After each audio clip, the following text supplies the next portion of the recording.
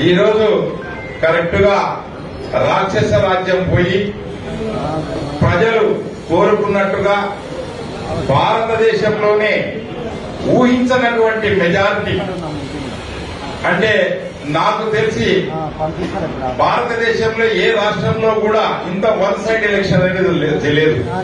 175 సీట్లకు 164 గెలిపించిన ప్రజలందరికీ పాదాభివందనాలు. తెలుగుదేశం పార్టీ తరఫున, చంద్రబాబు తరఫున, లోకేష్ తరఫున, పవన్ కళ్యాణ్ తరఫున, బీజేపీ తరఫున. కూటమి ప్రభుత్వం ఏడాది కాలంలో ఇచ్చిన సంక్షేమ పథకాలు, చేపట్టిన అభివృద్ధి, పెన్షన్ల పెంపు, నెలకు 64 లక్షల మందికి 27,020 కోట్లు పంపిణీ ప్రతి నెల. ఏడాదిలో 34,000 కోట్లు ఇప్పటికి పంచాం. అలాగే 16,347 కోట్లతో డిఎస్సి నోటిఫికేషన్ ఇచ్చి నిరుద్యోగులను ఆదుకోవడం జరిగింది. ఇది మొదటి సంతకం చంద్రబాబు నాయుడు గారు డిఎస్సి నోటిఫికేషన్ సైన్ చేయడం జరిగింది. దీపం కింద 3 సిలిండర్ ఉచితం, ఇంటికొకటి సిలిండర్ డెలివరీ. ఈ పథకం కోసం ఏడాదికి 2,684 కోట్ల రూపాయలు ఖర్చు. గత ప్రభుత్వం తెచ్చిన ల్యాండ్ టైటిల్ యాక్ట్ రద్దు. గత ప్రభుత్వంలో తెలుసు, నీ భూమి నాకి, నా భూమి నీకి, లేక మన భూముల పైన కూడా ఆయన ముద్ర వేసుకొని, జగన్ ముద్ర వేసుకొని ఊరేగితే రైతులందరూ వ్యతిరేకించారు. అధికారంలోకి రాగానే రోడ్లపై ఉండే గుంతల్ని ఫస్ట్ పూడ్చి దాదాపు 1,200 కోట్లు ఖర్చు చేసి 20,000 కిలోమీటర్ల రోడ్డు వేయడం జరిగింది ఈ ఏడాదిలో. మత్స్యకారుల ఉపాధిని దెబ్బతీసే 2,117 జీవోని రద్దు చేయడం, మత్స్యకారుల సేవా పథకం ద్వారా 20,000 ఆర్థిక సాయం, 259 కోట్ల పంపిణీ చేయడం జరిగింది. 203 అన్నా క్యాంటీన్లు, మరొక 61 అన్నా క్యాంటీన్లు సిద్ధం. 21 ప్రధాన దేవాలయాల్లో నిత్యాన్నదానం, చెత్త పన్ను రద్దు, పేరుకుపోయిన 83 లక్షల మెట్రిక్ టన్నుల చెత్త తొలగింపు. కూటమి ప్రభుత్వం అధికారంలోకి వచ్చిన తర్వాత 55,57,525 మెట్రిక్ టన్నుల ధాన్యం సేకరణ. అలాగే దీనికోసం దాదాపు 800 కోట్ల 50,342 మంది రైతులకి లబ్ధి, 13,000 కోట్ల 580 కోట్ల రూపాయలు ఇవ్వడం జరిగింది. పొగాకు, మామిడి, కోకో కోలాకు గిట్టుబాటు ధర కోసం ప్రభుత్వ సాయం.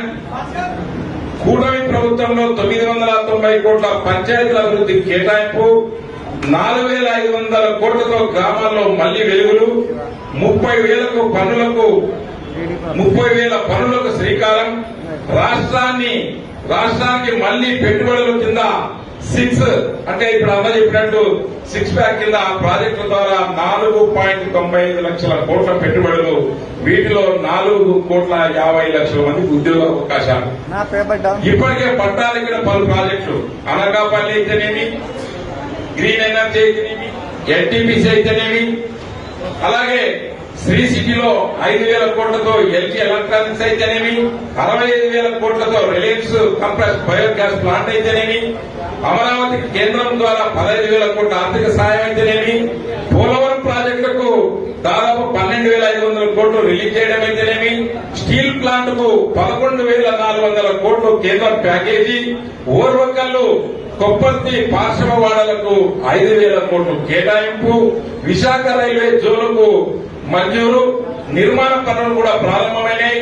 అనకాపల్లిలో 1.25 లక్షల కోట్లతో ఈ అరిసెల్లి విఠల్ స్టీల్ ప్లాంట్ కూడా రావడం జరిగింది. రామాయపట్నంలో 96,842 కోట్లతో బీపీసీఎల్ రిఫైనరీ ఒప్పందం. 175 నియోజకవర్గాలు ఎస్ఎంఎస్ పార్కుల ద్వారా శ్రీకారం. ఇప్పటికి 42 చోట్ల పనులు ఉచితం. అలాగే అన్నిటికంటే ముఖ్యమైనది ఉచిత పాలసీ ఇసుక. గత ప్రభుత్వంలో ఇసుక బంగారం, ఇప్పుడు ఇసుకని చాలా మటుకు అది తక్కువ ధరకు వాళ్ళ ఇంటికి చేరుతా ఉంది. ఫ్రీ ఇసుక ఇచ్చాం, ఆ ట్రాన్స్పోర్ట్ ఖర్చులు తప్ప మిగతావి ఏమీ లేవు. అలాగే పాడి రైతు కోసం 2 లక్షల సబ్సిడీతో షెడ్ల నిర్మాణం, కొత్త మద్యం విధానం. ఈరోజు ఎవడు ఏమి సరాయి అయితే ఆ సరాయి బ్రాండ్ ఈరోజు మద్యం దుకాణాలు దొరుకుతా ఉన్నాయి. అంతకుముందు ఆయన జగన్ బ్రాండ్లే తాగాల్సినటువంటి పరిస్థితి, ఆరోగ్యాలు గడిపి చాలా మంది చనిపోయారు.